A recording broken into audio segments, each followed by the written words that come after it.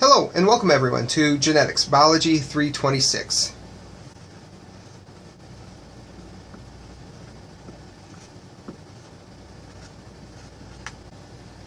This is a very exciting time to be studying genetics. We live in a society today where we're learning more and more about our genomes and about the genomes of organisms that surround us. Understanding genetics will help us in whatever profession we decide to go into, and it will also help us as citizens, because many of the things that we will encounter in society and at voting booths and as we talk with family and friends and peers will be enhanced by your knowledge of genetics. So before we start talking about genetics in great detail, let's kind of give a quick overview of how we're going to approach genetics this semester. In general terms, we're going to start with the molecule first, the DNA molecule. We'll talk a lot about this molecule. We'll talk about how we know it's the genetic material of life for most organisms. We'll talk about how it's constructed. We'll talk about rules that help regulate its shape and how the structures in it, the components of the DNA molecule will help us create specific traits through the process of making messenger RNA and proteins and other RNA molecules. As I said just a moment ago, will help develop traits, and I'm just going to draw a person here. So the traits that this makes this person or any organism is all because of the DNA and the environment. So we have traits here. And these traits, as I said, I'll repeat it real quick here, are the result of the DNA plus the environment.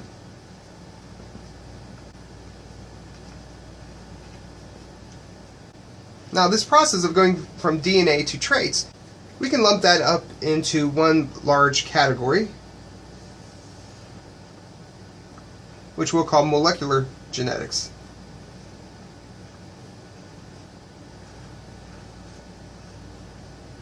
The next thing we're going to be interested in is how are these traits from this organism, in this case a stick figure, how are they passed on to the next generation? So let's just draw smaller stick figures to indicate progeny that are produced.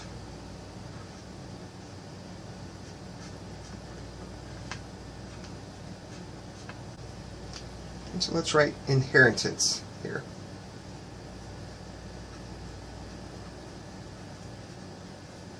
How do we pass these traits on to the next generation? And we call this process here Mendelian genetics. Or sometimes we may call it transmission genetics.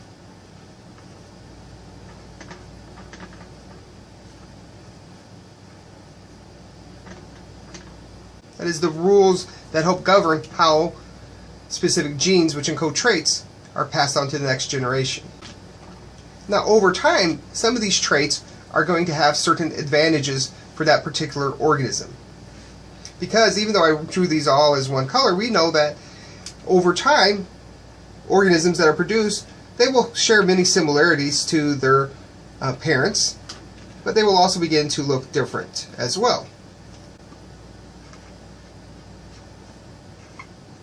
And this variation within this population is what allows for evolution to occur. And understanding these rules and understanding how certain traits can become more predominant in a population is what we call the branch of population genetics.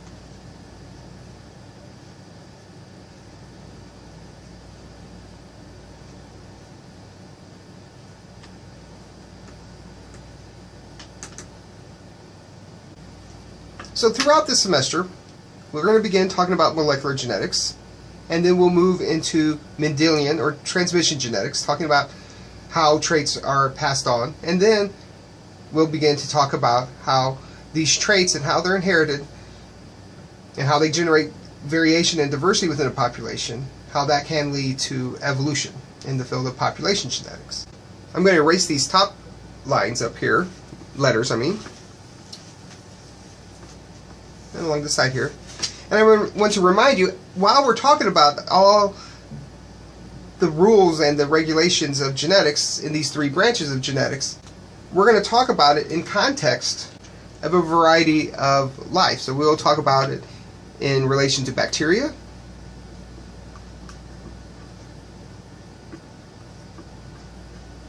archaea, and eukaryotes. We don't know as much about archaea, but we will touch on that when we can. We'll also talk about genetics in relation to evolution,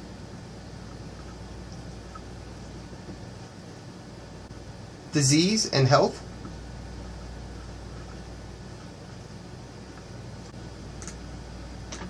and how this all affects society.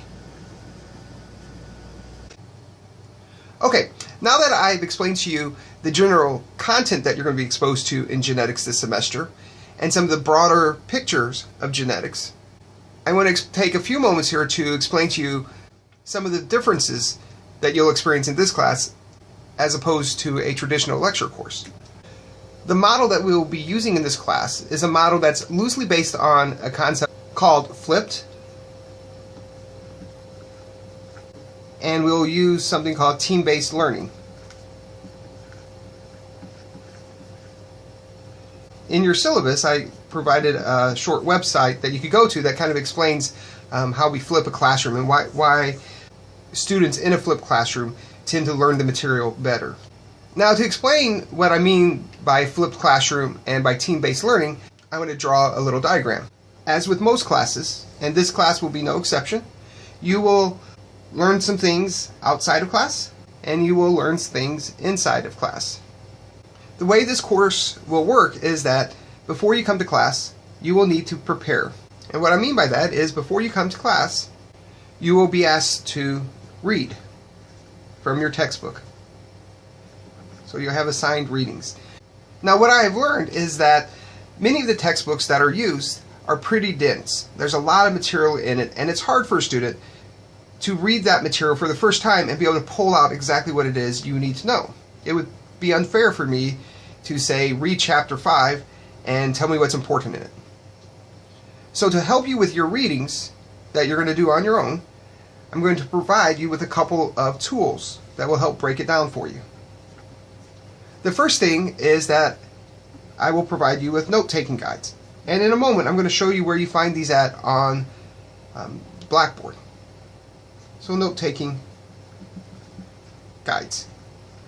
And these note-taking guides will direct you to the pages that you need to read, and they will ask you specific questions about that material to help pull out what you need to know. And more importantly, the depth that you need to know the material. Because sometimes there's a lot more information in a textbook than I'm asking you to know.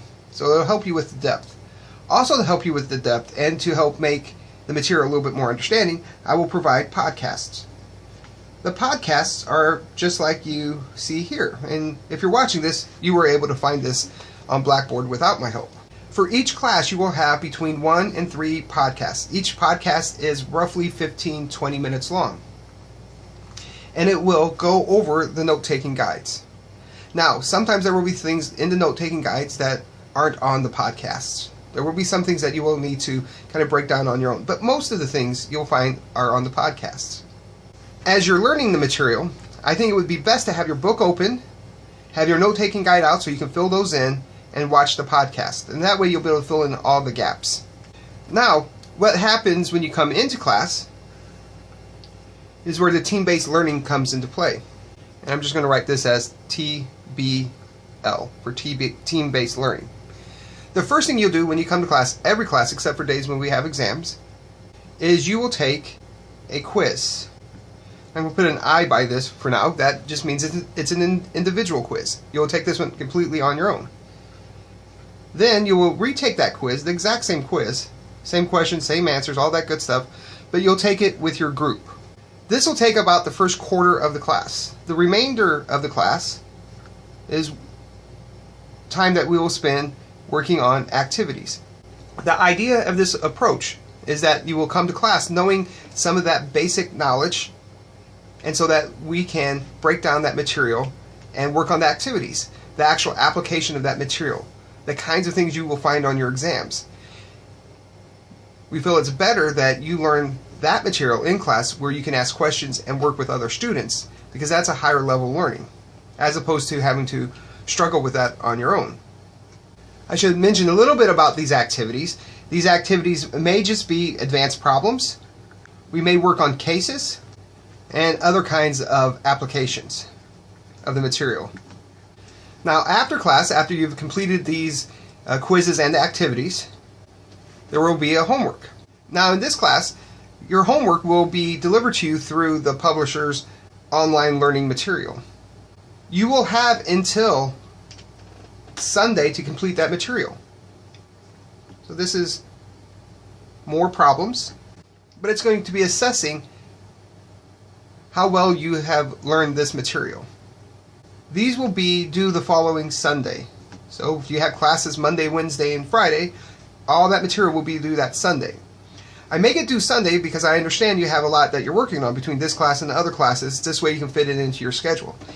If you can, the best time to do this homework is shortly after class, sometime that day. I understand it's not always possible to do that, so I don't make it due that day. It's due Sunday, with a few exceptions where we have to make it due a little earlier because of the timing of exams. And then what we do is we start the cycle over again. You will prepare for class by doing additional readings, filling out additional note-taking guides, and watching additional podcasts. And then you'll come back to class, and we repeat the cycle with a new TBO.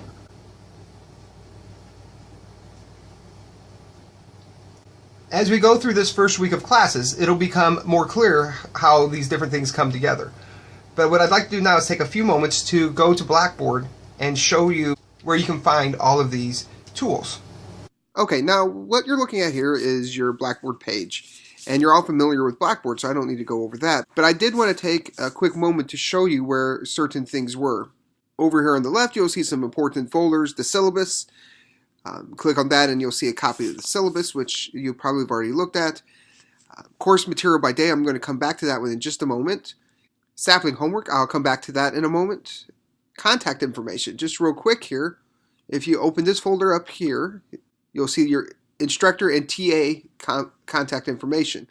So my contact information is here, as well as each of the 3 TAs. So whichever TA you have, their contact information is right here in case you need to find it quickly. Over here in lab worksheets, you'll see that for each week, there is a set of labs. In your Blackboard shell, you will only see 1 week at a time, but for week 1, Drosophila, the first week, you'll want to make sure you print these 2 items off. You'll notice here that there's no week 2 labs because of the Martin Luther King holiday. We'll resume labs in week 3, and so these will be made available sometime during week 2. Here's your exam folder. We'll talk about exams later, but you'll access your exams using this folder here. And again, we'll talk a little bit about this during the first week of classes, in class. This might be of use to you. This is the final exam study guide. I know it's a long ways off, but this is not the worst thing to download and keep handy, and I'll show you why. I'm going to open it up real quick, and you'll see the format of the final exam. This breaks down the material from each day of the semester that will be on the final exam. So it is cumulative, but there are some days that are highlighted on the exam and other days that are not included. You'll also see this list of keywords. Part of the final exam will be a fill in the blank using these keywords. So when we come across these words throughout the semester, it would be a good idea to jot down notes about each of these. Maybe go ahead and make up a set of note cards with 60 words on them and begin filling those out as you move throughout the semester, so this doesn't hit you right at the end of the semester. Now I want to move back to course material by day. You've probably already seen this if you're watching this podcast, but let me go ahead and point out some things here. The daily coursework is divided up into folders. The first folder, which you will see on your Blackboard shell, is the material for exam 1, days 1 through 11. If we open up this folder, you'll see the first 3 days available to you. The rest of the days will be populated very soon. But within each of these folders, you'll find a note-taking guide, which I'll talk about in just a moment, as well as 1 to 3 podcasts, sometimes 4 podcasts. In total, for most days, the podcast will be anywhere between 40 and 50 minutes long. So let's go ahead and open up one of these folders. I'll open up day 2. So you'll have your note-taking guide for day 2. So we click on that. And I set the note-taking guides up in such a way that when you're done with the note-taking guide, you have an effective study guide. And as you can see in this particular note-taking guide, there are 3 objectives. In bold, in this column here, or down here, these are the main concepts from these different objectives that you need to know. Over here, not in bold, but in italics, this is where you'll take notes based upon what this term is. So for instance, let's do allele. Now you can print this off and handwrite it in if you'd like, or you can just type right here on the computer. So allele, these are variations of genes. Within a population, there are many different alleles for each gene. And then you fill in the rest of these. I'm not going to check these. I can check them if you bring them up to me because you're confused about something. But in general, this is your tool to use to study for quizzes and exams. Over here, this is a place where you can ask a question to yourself so that when you study in groups or you come to my office hours, you can remember to ask me. For instance, you might say, I didn't understand genetic variation. So talk about that in your groups, talk to me about it so you understand it, but this is a good place to make a note of something you didn't understand. Or you might say, problem 3 made no sense. So you know to go back. Down here is the summary. This isn't as crucial to fill out. Sometimes students fill it out, sometimes they don't. But you may, at the end of writing all these terms down and all the concepts down, you may want to summarize what you just wrote in 1 to 2 sentences to convince yourself that you understand what's being explained here. In the end, what you should do is print this off if you'd like, or just keep it on your computer and use this as a study guide. The quizzes that you take every day will come directly from this note-taking guide. Okay, now let's look at day 2. Day 2, there's only 1 podcast, and it's only 18 minutes long. This is a fairly short day. Most days have more podcasts and take up more time. But you'll see when you click on it, it takes you straight to the YouTube video of the podcast. In general, the podcasts follow along with note-taking guide. It's not perfect. It doesn't cover everything on note-taking guides. There are some things I want you to look up on your own. But it covers at least 90% of what you'll see on your note-taking guide. Probably even more than 90%. So these are what you need to look at before class every day. The next place I will want you to go to is something called Sapling Homework. This is where all your homework will be. It's not quite set up for our class yet, but it will be soon. But what you'll do is you'll click here, and it'll take you to this folder here. I'm going to skip to my other class that uses Sapling because it's already set up. But what you'll see in your course is something like this where you'll click on Sapling Homework. The first time you do this, you'll have to register for it. And for this semester only, spring 2017, it will come to you at no cost. Okay, now even though this is a different course than genetics, it's going to be set up the exact same way. If you click on activities and due dates, it'll show you everything that's due. In this particular class, homework 1 is available. To do homework 1, you would just click on homework 1. Which obviously it tells you when it's available and when it's due here on this line as well. And you can see in this particular assignment there are 16 questions, and you just click over here on question 1. And it loads question 1 for us.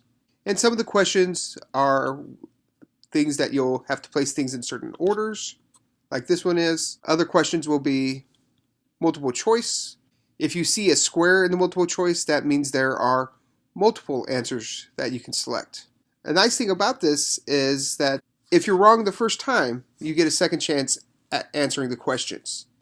Every time you miss an attempt, you lose 20% of that question. Each question is going to be worth 1 point, so you can attempt these questions up to 5 times before you won't get any credit for it.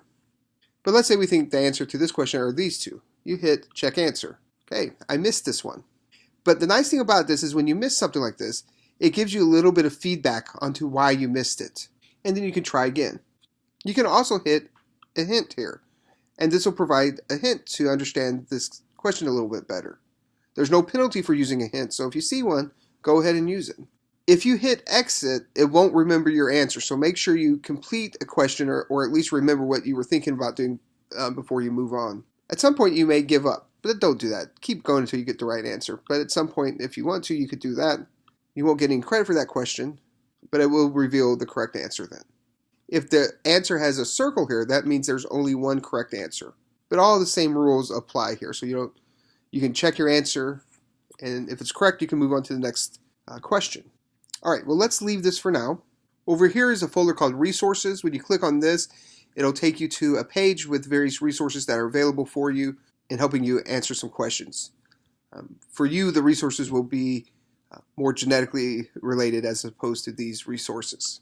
And now you can go to Grades, and we see our grades here for each of the homeworks that are available, and it'll give you the average down here. This average will be synced with Blackboard, so you'll be able to look at Blackboard to determine what your homework average is. However, you will have to go to Sapling to see what you got on each individual assignment. So that's essentially all you need to know about Sapling for right now. All right, that's all I have for this first podcast for Biology 326 Genetics. If you have any questions before the first day of class, please make sure you send me a quick email or stop by my office. If not, I'll see you in class.